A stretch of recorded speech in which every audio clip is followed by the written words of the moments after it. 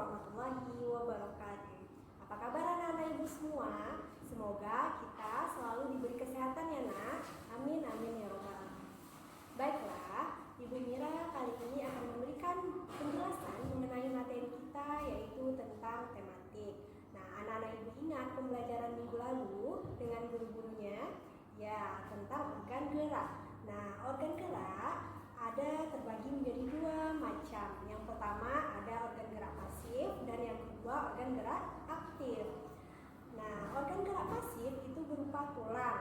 Nah, sedangkan organ gerak aktif berupa otot. Nah, anak ibu, kali ini tujuan pembelajaran kita mengenai tentang tulang sebagai alat gerak pasif dan juga akan belajar nantinya tentang ide pokok. Nah, baiklah, langsung saja Ibu Mira akan memberikan penjelasan mengenai materi kita selanjutnya.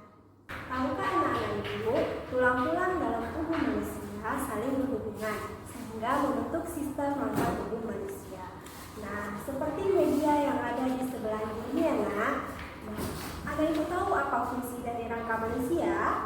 Ya, sekarang ibu akan menjelaskan apa saja fungsi dari rangka manusia. Yang pertama, menegakkan dan memberi bentuk tubuh. Yang kedua, tempat menempelnya otot atau daging.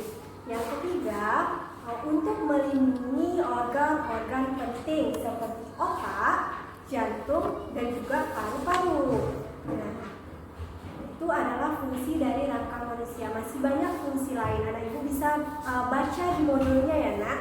Nah, kemudian rangka pada manusia itu terbagi menjadi 3 bagian: rangka kepala, rangka badan, dan juga anggota gerak. Nah, anggota gerak ini terbagi 2. Anggota gerak atas itu dinamakan tangan, sedangkan anggota gerak bawah itu kaki. Nah, ini kakiannya. Baiklah, sekarang kita masuk ke bagian rangka kepala. Rangka kepala ini biasanya dinamakan tengkorak. Nah, sekarang anak ibu perhatikan. Di atas ini namanya tulang ubun-ubun. Sedangkan ini adalah tulang dahi. Selanjutnya ada tulang hidung, tulang pipi, tulang air mata, rahang atas, dan rahang bawah. Sedangkan di bagian belakangnya ada tulang belakang kepala. Nah, ini adalah bagian rangka kepala atau tengkorak. Selanjutnya ada juga rangka badan. Nah, di rangka badan ini ada tulang dada dan tulang rusuk. Baiklah anak ibu, selanjutnya adalah tulang dada. Di bawah tulang dada ada juga tulang tajam pedang. Nah, kemudian ada tulang rusuk. Tulang rusuk ini ada dibagi menjadi 3. Ada tulang rusuk sejati, tulang rusuk palsu, dan tulang rusuk melayang. Nah, di sini anak ibu bisa memperhatikan ada 7 pasang tulang rusuk sejati, kiri dan kanan. Ada 3 pasang rusuk palsu. Di bagian bawah ada 2 pasang rusuk melayang. Nah, di bagian ini juga ada tulang selangka 2 pasang. Kemudian ada juga tulang belikan. Nah, ada juga tulang gelang panggul. Di tulang gelang panggul ini terdiri dari tulang pinggul, tulang kemaluan, dan 2 tulang duduk. Selanjutnya kita masuk ke tulang anggota gerak. Tulang anggota gerak ini ada terbagi 2. Anggota gerak atas itu tangan. Nah, tangan ini ada terbagi menjadi tulang lengan atas. Nah, selanjutnya tulang penguntil sejajar dengan ibu jari. Selanjutnya di belakangnya ada tulang hasta. Nah, berarti yang sejajar dengan ibu jari namanya tulang pengumpil, di dalamnya tulang hasta. Selanjutnya ada pergelangan tangan, lalu tulang telapak tangan dan tulang ruas jari tangan. Kemudian anggota gerak bawah. Anggota gerak bawah itu terdiri dari tulang paha, tempurung lutut, di bagian depan ada tulang kering, bagian belakang tulang betis, selanjutnya pergelangan kaki, telapak kaki, dan juga ruas jari kaki.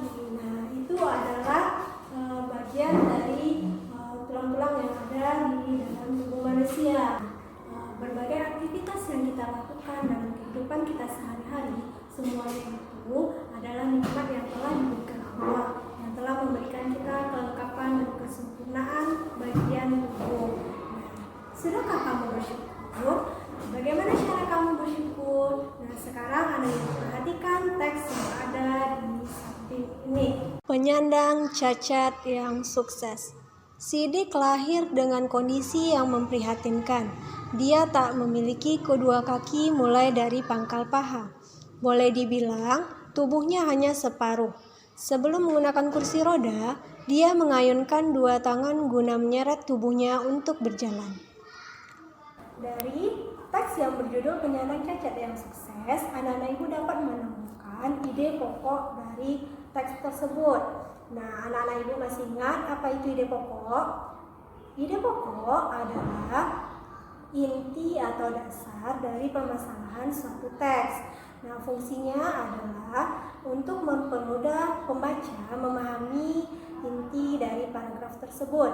Nah, bagaimana cara kita menentukan ide pokok? Yang pertama adalah anak ibu baca dengan seksama teks yang ada. Kemudian anak ibu cermati, lalu mencari kalimat utamanya. Setelah menemukan kalimat utama, barulah anak ibu menentukan inti paragrafnya. Nah, itu adalah langkah-langkah dalam menentukan ide pokok. Nah, dari teks yang berjudul Penyandang Cacat yang Sukses, di situ bisa anak ibu temukan yang di samping ini ide pokoknya adalah. Nah, berdasarkan teks yang ibu baca tadi, ide pokoknya adalah sidik lahir dengan kondisi yang memprihatinkan. Dari teks yang tadi telah kita baca, di situ kita mengetahui bahwa sidik tidak memiliki kaki ya nak ya. Berarti dengan kita yang telah diberikan kelengkapan, kesempurnaan tubuh, makanya kita harus banyak-banyak bersyukur kepada Allah Subhanahu wa Ta'ala. Inilah pembelajaran kita pada hari ini. Ibu harapkan anak-anak ibu dapat mengulang kembali pembelajaran yang ada di buku dan juga modul ya nak. Sekian materi dari ibu. Assalamualaikum warahmatullahi wabarakatuh.